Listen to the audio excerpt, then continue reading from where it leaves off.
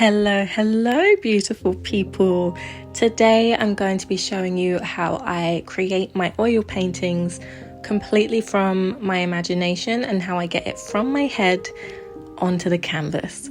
So there is actually a very important stage in between my imagination and the final oil painting, and that is me creating a digital sketch, a digital rendered painting on Photoshop or Affinity. I'm using Affinity here today, Affinity Photo. So sometimes it's really difficult to see something in your mind and then go straight to your canvas and start painting. It can be a very stressful and turbulent time as something goes wrong and now there's too much paint on the canvas and colors start getting messy and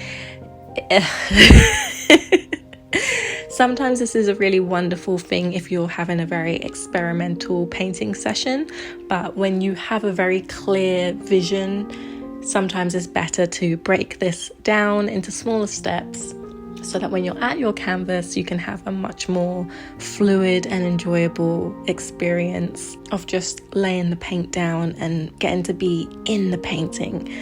So I've broken this down into 6 steps for you.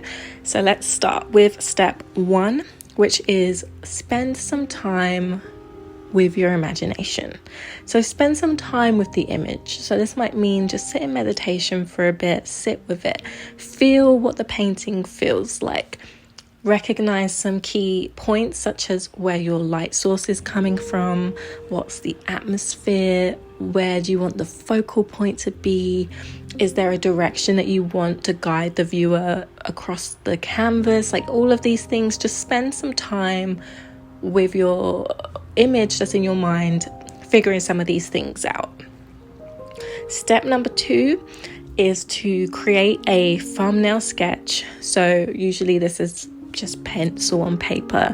Sometimes I skip this step because I just don't feel like it's necessary all of the time. But if you want to get it down, then just, get a quick rough sketch out, maybe put some notes with the things that you were just thinking about from stage 1 and just have it down so you can come back to it another day and everything's already planned out for you. Step number 3 is what you see me doing right now, which is creating the digital painting. So I have coined this my collage and paint technique. So basically I am collaging from certain images I find on Pinterest or the internet or just wherever you find your images from.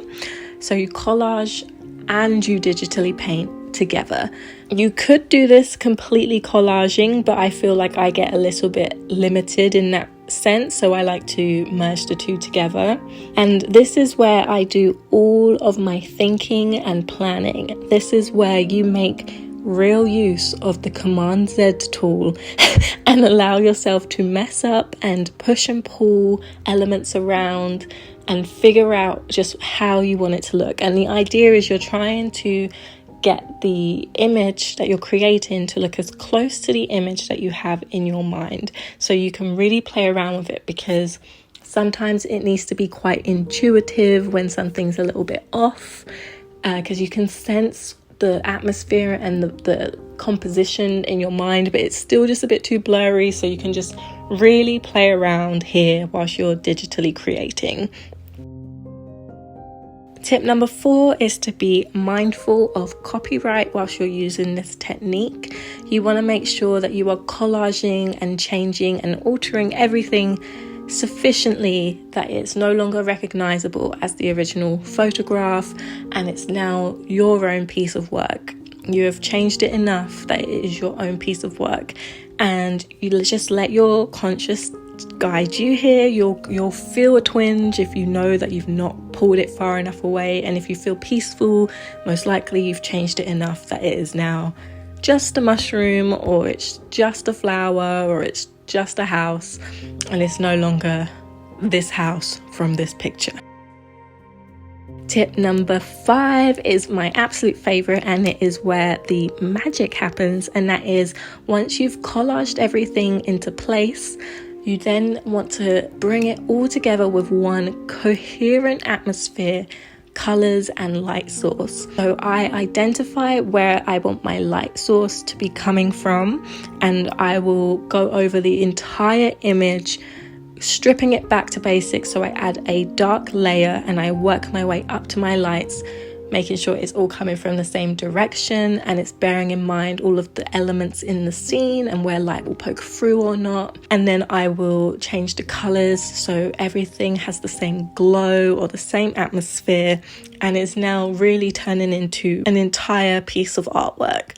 And after all of these stages, you should have your own reference photo that you have made yourself, and it is as close to the image that you had in your mind. So now you get to go on to step 6, which is to go and stand in front of your canvas and enjoy painting from the image that's in front of you, knowing you've worked out all of the lighting and all of the bounce colors and all of this stuff that we think about that can be very stressful to do whilst you're standing at the canvas. You've got all of that out the way and you can go and enjoy painting.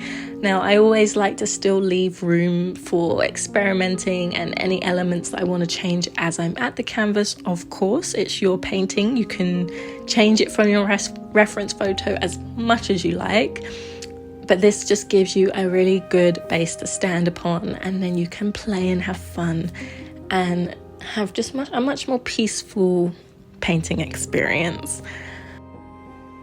You can also go and watch the start to finish oil painting that I did from this reference photo, so you can see my painting process at the canvas. I really hope this video was helpful for some of you, and I can't wait to see what beautiful things you create. Happy painting. Love you loads. Bye.